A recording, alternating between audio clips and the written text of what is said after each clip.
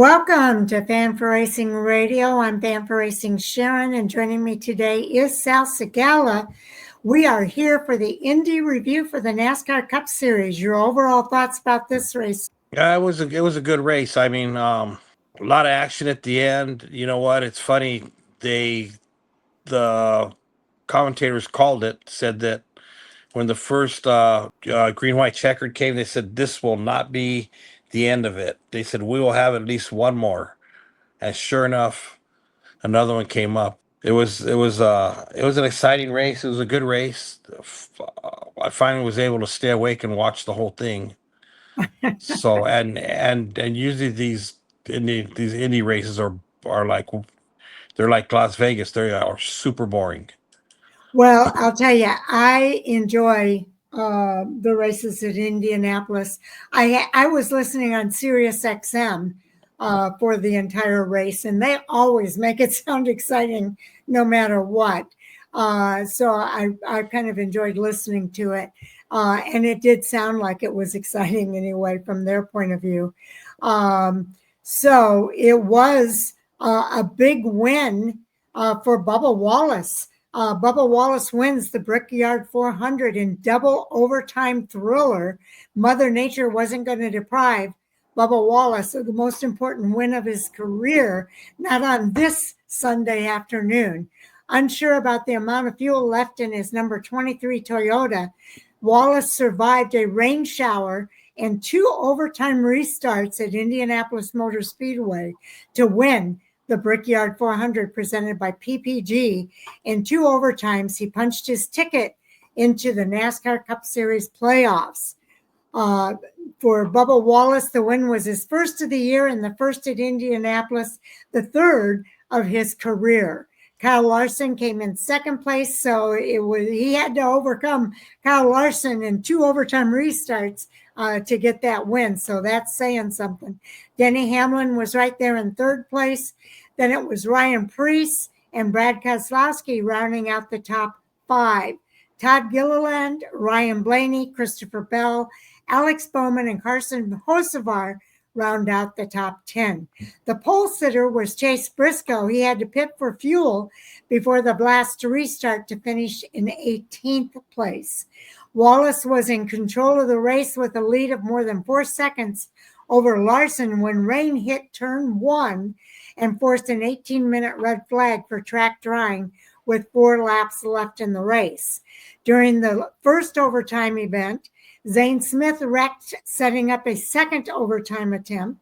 Wallace saved enough fuel to hold off Larson through both restarts and to take the victory. Stage one was won by Chase Briscoe. Stage two, Ryan Blaney took the win, and the fastest lap bonus was earned by Denny Hamlin, and I think that was on the last lap. The in-season challenge for $1 million was won by Ty Gibbs, and there were 15 lead changes among 10 drivers, 6 cautions for 28 yellow flag laps, and the average speed of the race was 124.598 miles per hour. Denny Hamlin's fastest lap, again, was on the last lap at 49.741 seconds, and the margin of victory in this, after having that 4-second lead before the two overtime restarts, the margin of victory came in at 0.222 thousandths of a second. So it was pretty close. Your thoughts, Sal, about the finish of that race? It sounded pretty exciting on the radio. Yeah, I'm sure when that rain came, when Bubba pulled in, he was like he wanted nothing more than for NASCAR to call that race. The reason they're talking about it was because it was only in I think it was turn one or turn two was the only place they had the rain. So it didn't rain on the whole Right. track. Had it rained on the whole track, I think that what NASCAR was saying, it would have taken too long to dry the whole track. So they only had to worry about the one corner. But I'm sure still Bubba was probably wondering, he knew he was short on gas, probably praying, it's rain, let's just call it, give me the trophy and I'll be happy. But he had a But it was race. kind of nice to know that he had what it took to beat the likes of Kyle Larson and Denny Hamlin on those restarts. I think it means more to be able to beat both of those guys. Oh, now it does, but I'm talking about the time. It wasn't. I know. His thoughts were like, hell no. You know what? I need this. I need them to call this race. But either way, uh, congratulations on the win. I know I talk a lot about Bubba, and not a big fan of his. But you know what? His post race interview wasn't was a lot different. It was really professional. He didn't bash on the fans. He didn't bash on his haters. He never once talked about them. Matter of fact, he even forgot to congratulate his sponsors. He was only thankful that his wife and his kid were there to be able to witness it. Well, You on the know, radio too, they were talking yeah. about he was physically exhausted. Oh yeah, no, he was exhausted. He Yeah. got out of the car, he was exhausted. But when Yeah. they talked to him when he got out, he was, he was just, thanking, he didn't even thank MJ and Denny. He just thanked his team, Yeah. for the car they gave him. And then, he just wanted to spend that time, with his wife and child. And Yeah. he was really, really humble. He stood on the car and, he waved his arms, and of course, there were the boos, but he didn't recognize the boos. He didn't recognize the cheers. Yeah. He just said, thank you, and he was just a completely different person than what he is on social media. Totally 180. Well, that's good. So we'll see, how, if that continues. I know he was tired and he Yeah. just wanted to celebrate with his family. And it's and it's Um, and it's funny because even reading social media all day yesterday, the different posts, as soon as they post about Bubba, everybody goes in there, they start all, they start, ripping on him and stuff. But actually there was a lot of congratulations, on the win. And yes, Kyle Larson went up there, congratulated a him. lot of the drivers. Of course Ryan Blaney, and then all the drivers that drove by him, give him a thumbs up. So I just think his demeanor after the race, could have changed a lot of people's minds, depending on how he goes forward from here now. Right, He's got right. the win. He has to keep it at that. If he starts getting into the, all the other stuff, it's just what everything he accomplished on Sunday is going to go in the trash. But Kyle Larson thought he had the car, but he didn't. Um, Halfway through the last run before the last caution came out, it looked like Kyle was going to catch him, and then that's when the rain came. Did pick up 2 to 3 seconds on him, but he never had it for him. Hamlin never had nothing for him. Priest didn't have anything for him. Um, and then you look at the rest of the field. Todd Gilliland getting the sixth place finish. I mean that's big. I mean, you know, uh, who else was up there? Christopher Bell, Alex Bowman. Carson Uh, Hocevar. yeah, that guy's he's just a joke. But either way, John Hunter Nemechek, had a 12th. He was up there for a while too. William Byron was fighting for that win for the longest time also. Mm-hmm. And then Catherine Leahy, getting a 17th place finish. She was so professional on the track. I mean, Yeah, I've she heard good finished things. she finished on the lead lap, but Yep. everybody that came by her, she would move and she'd flag them by. Every driver that came by her, she flagged by. Look at because of all that, she and all the restarts, the green white checkers, she still ended up finishing on the lead lap in 17th Yeah. place. Yeah. But I mean, they were showing, the drivers that were going by her, passing her, lapping her, and she would go up and she would flag them, big, huge kudos to her for that. Okay. Well, she knew they were faster, I guess, but she was still able to be in that lead lap.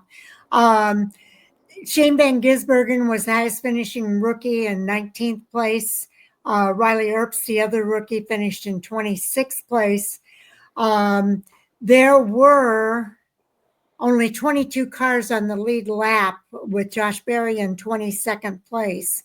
The rest of the cars that finished the race. Ty Dillon was the last car that finished the race, but he was multiple laps down. That's why he did not win the $1 million. They said at one point he was like somewhere between 3 and 5 laps down, and that he had no chance of catching up. They knew pretty early that Ty Gibbs was going to win that $1 million in the in-season challenge. The drivers. As a matter of fact, Ty Gibbs, he even came in on the last, before the last green white checker. He was so far ahead, and he came in and because they're having trouble with the rivalry tires blowing out. So he came in just a precaution and put 4 new tires in to make sure he was going to finish the race and not have any tire issue like what a lot of the other drivers had it.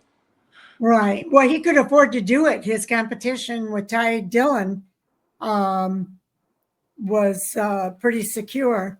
Oh yeah, he was Ty Dillon. Ty Dillon finished. He was 28th. Yeah, no, I was talking about laps down. He was 3 laps down, but when Ty Gibbs finished 23rd. When I know, but when Ty Gibbs came in, he was on the lead lap. He was 4. Ty Dillon was 4 laps down at the time, so Ty Dillon finished 3 laps down. So there was no way he was going to finish higher than 25th. Yeah, because of the laps down he was, and so Ty Gibbs came in and made sure, he had 4. Because if he had gotten a flat, depending where you got it at, there would have went that deficit. Well, maybe not. It depends on when he got the flat as to whether or not he would still be ahead of Ty Dillon or not. If it happened early in the race, that would have been it. But if it had happened on the last lap, Ty Dillon still would have been laps down. Oh no, I know, but they were saying like on the first when the rain came out, that's when Ty Dillon came in for tires, because they don't know how many laps they're going to go. With the you figure he would have lost the laps sitting in the thing, plus the fact that how many more green white checkers. They knew they were going to have at least one more. Well, that's what they predicted. They did have it, and that would have given Ty Dillon a chance to to catch up to him. Plus, if he had done it on the regular lap, as fast as those cars are going, and if he had done it like on the back stretch, it would have taken him forever to come around. Right. But I mean, so did you hear the gesture he made? He gave Ty Dillon $10,000 out of the money. He did. Yeah. No, I didn't hear about that. So when they present him the trophy, he says, "You know what?" He goes, Ty Dillon was gonna. He had already donated $10,000 to a charity. So Ty Gibbs said, "You know what?" He goes, I'm gonna match Ty Dillon's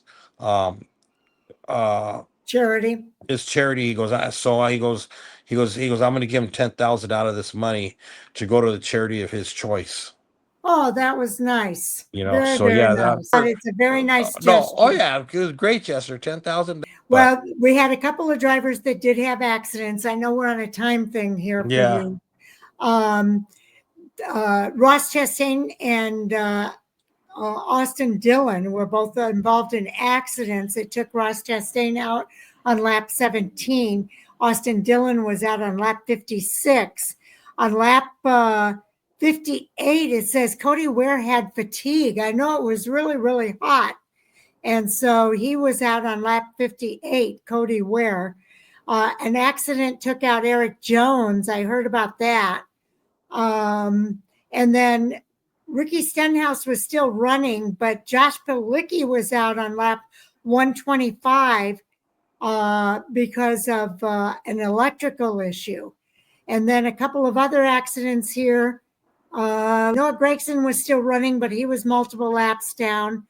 Lap 160 and 161 took out Joey Logano and Zane Smith. Both were out on that lap.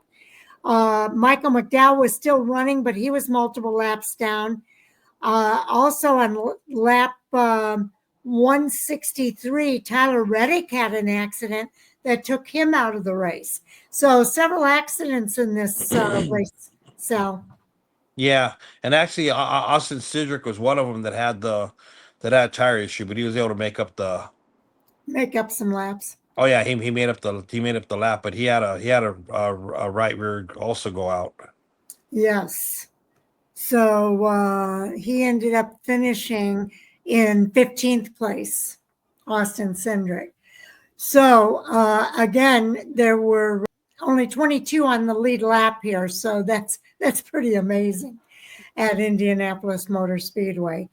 Anything else that you want to mention before we move on, Sal? Let's So go ahead there's and do the points. so we got Chase Elliott in first, William Byron in second, uh, Kyle Larson third, Denny Hamlin fourth, Christopher Bell in fifth, Tyler Reddick in sixth, Ryan Blaney in seventh, Chase Briscoe in eighth, Alex Bowman in ninth, Chris Buescher in 10th, Bubba Wallace is in 11th, Joey Logano 12th, Ross Chastain 13th, Ryan Preece 14th, Kyle Busch 15th, and Ty Gibbs in 16th. But the But what, line moves up to Busher now because there's several drivers with wins. yeah, because you got Shane Van Gisbergen who has 3 wins.